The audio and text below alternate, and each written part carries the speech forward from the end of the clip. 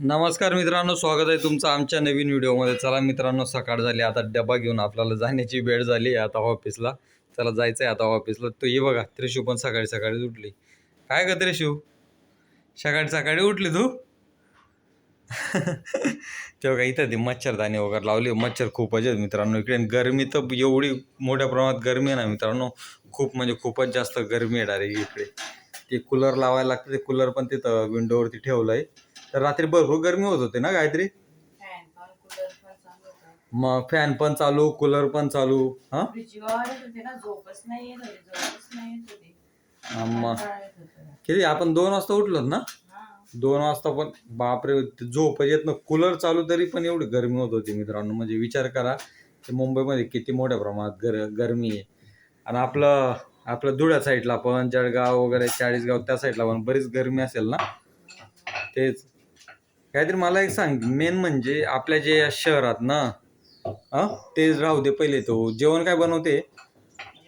हा, सोयाबीन. असे सुकेवाले बनवलेत ना. आणि रात्रीची खिचडी ना, ती मला नाश्त्याला देऊन द्या. हा हा, आता नाश्ता करून जाईल ना. मग आता ती खिचडी उगीच, नाही तर तूच खाशील ना. नाही, तू जर खाशील तर राहू दे, मग मी तिथं कॅन्टीनमध्ये नाश्ता करून घेईल. हा, कधीतरी म्हणजे खातोच ना रोज. त्यात खोटं बोलायचं काय? खिचडी उलट रात्रीची चांगली लागते ना. हा चालेल, चल ते खिचडी गरम करून दे, खिचडी खाऊन जाईल आता. तेच मित्रांनो, आता म्हणजे 1-2 दिवसापूर्वी त्या न्यूजपेपरमध्ये वाचलं मी की बरेच लोक शहरात ना आता गावाकडे जात आहेत. मुंबई, पुणे, हैदराबाद, बँगलोर असे मोठमोठे शहरं सोडून आता लोक गावाकडे जात आहेत. आता त्याला कारण काय असेल? काहीतरी गावाकडे का जात असतील बरं? हा, म्हणजे सुख शोधण्यासाठी ते शहर गावाकडे जात आहेत. हा, पैसा आता नको पाहिजे जीवनाला, असं धोकादायक आहे असं झालेलं आहे.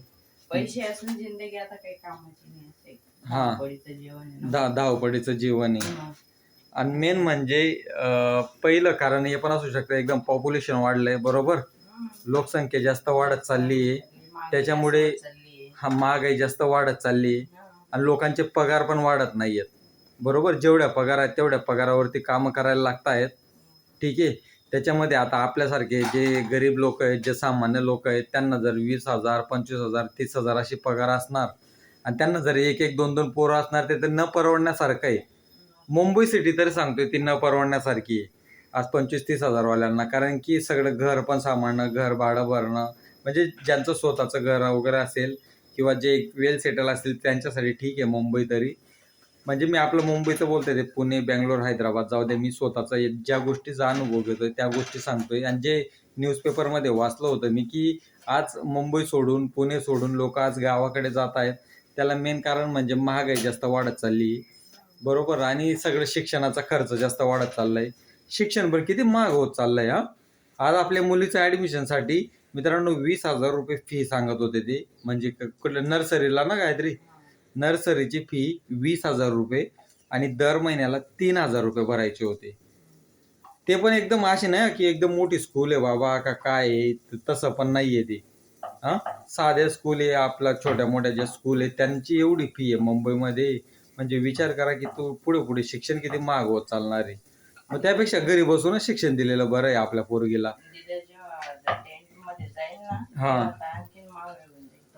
हा, मग तेच सांगतो ना, अजून 10-15 वर्षात कुठला काळ येईल काहीतरी विचार कर. म्हणजे महागाई किती मोठ्या प्रमाणात वाढणार आहे. काय शहरामध्ये काय राहणार आहे माणूस, काय कमवणार नाही, काय पाठी पाडणार आहे.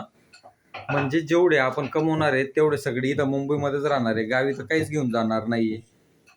आपण गावाकडनं काहीतरी स्वप्न घेऊन येतो की बाबा आपण शहरामध्ये जातोय, खूप सारे पैसे कमवूया, गावी काहीतरी करूया. आता बरेच लोक असे आहेत जे मुंबई पुणे सोडून जात आहेत. आता बरेच तरुण पोरं पण असे आहेत स्वतःचा व्यवसाय ते गावाकडे जाऊन चालू करतायत. आज मी माझ्या वडिलांना 5-6 वर्षापूर्वी सांगितलं होतं मित्रांनो की मला पण कोंबडी फार्म वगैरे काहीतरी गावी चालू करून द्या म्हटलं, मी ते सांभाळेल. पण वडिलांनी पण त्या टायमाला ऐकलं नाही, कारण की कदाचित त्यांची पण मजबुरी असेल, पैशांचा पण प्रॉब्लेम वगैरे असेल. म्हणून मी त्यांना पण जास्त म्हणजे त्रास वगैरे काही दिला नाही. म्हटलं ठीक आहे, ते कोंबडी फार्म वगैरे नंतर बघूया. जातो म्हटलं मी मुंबईला. तर मुंबईला आलो, जॉब वगैरे करायला लागलो. आता ती जॉबचीच आदत लागली मला. आता दुसरा व्यवसाय पण करूशी वाटत नाही. कारण की एकदाच ते कसं आहे, घोड्याला कसं ते एकदाच एका जागेवरती जर बांधून ठेवलं, रेसचा का घोडा असे ना, त्याला जर एका जागेवरती 6 महिने पण बांधून ठेवलं ना, तो रेसमध्ये धावायचं विसरून जातो. ते एका जागेवर तर एकाच जागेवरती उभा राहतो. तसं झालंय, बऱ्याच लोकांचं तसं झालंय मित्रांनो. बऱ्याच लोकांना पण वाटतंय की आपण स्वतःचा व्यवसाय करायला पाहिजे, स्वतःचा व्यवसाय करायला पाहिजे.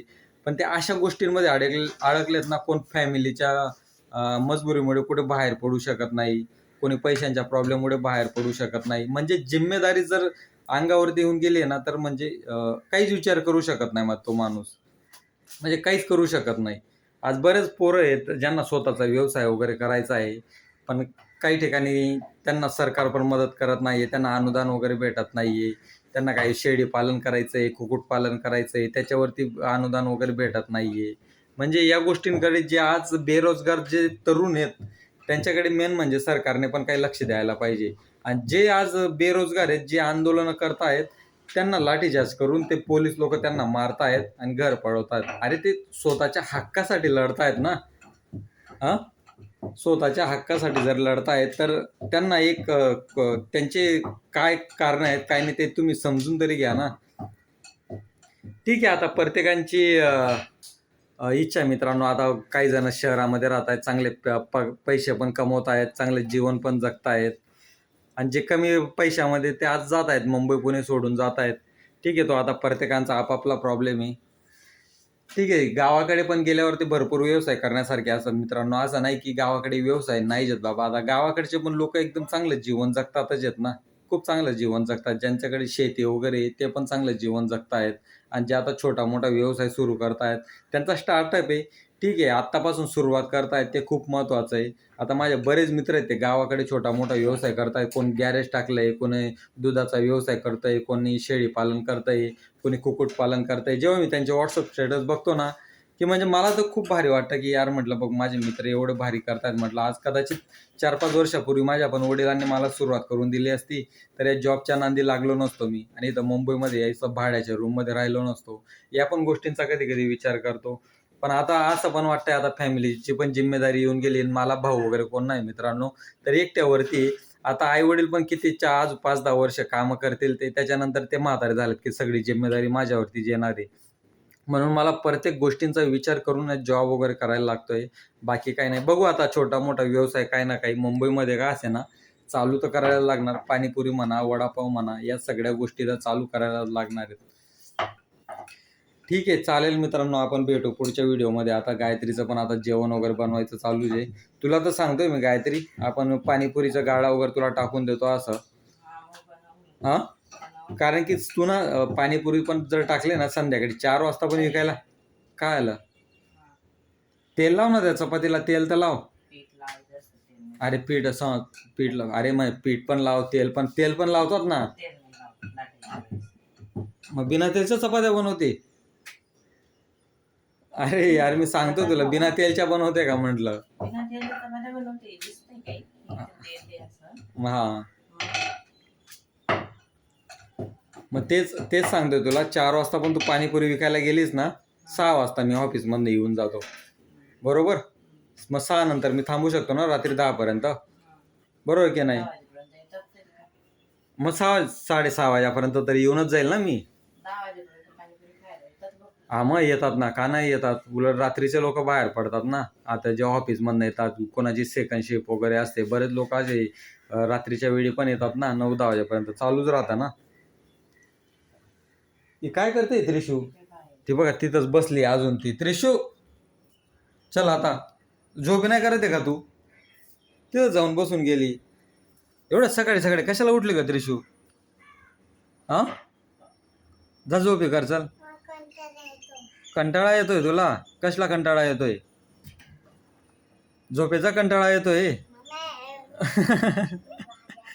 काय झालं, कुठली आंटी बोलवते, ती आंटी बोलवते. चालेल मित्रांनो, चला आपल्याला जॉबला जाण्याचा टाइम पण झालाय आता. का चला, आंघोळ पाणी तर म्हणजे झाली जे, आता काय फक्त डबा घ्यायचा आणि निघायचा जे आता. चला तर मित्रांनो, भेटू आपण पुढच्या व्हिडिओमध्ये. हा त्रिशू, काय आलं, साधा चिप्स नको ना ग त्रिशू, सकाळी सकाळी चिप्स नको खात जाऊ ना. नाही हे गायत्रीला चिप्स वगैरे नको देत जाऊ सकाळी सकाळी. साधा चिप्स खायचा आहे. थांब तुला संध्याकाळी घेऊन येईल मी साधा चिप्स.